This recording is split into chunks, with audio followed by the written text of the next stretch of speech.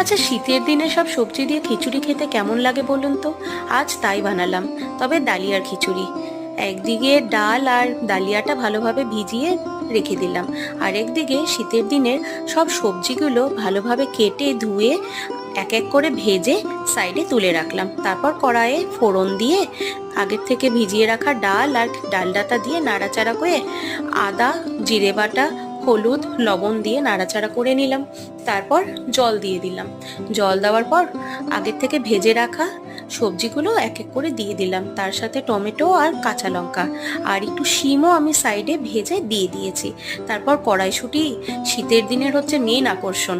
কড়াইশুঁটি না দিলে কি হয়, কড়াইশুঁটিও কয়েকটা ছুলে আমি দিয়ে দিলাম। সব কিছু যখন একসাথে সেদ্ধ হয়ে গেল, নামানোর আগে ফুলকপিগুলো দিয়ে ভালোভাবে নাড়াচাড়া করে নামিয়ে নিলাম। খেতে যা অপূর্ব হয়েছিল না, একবার বানিয়ে খেয়ে দেখবে।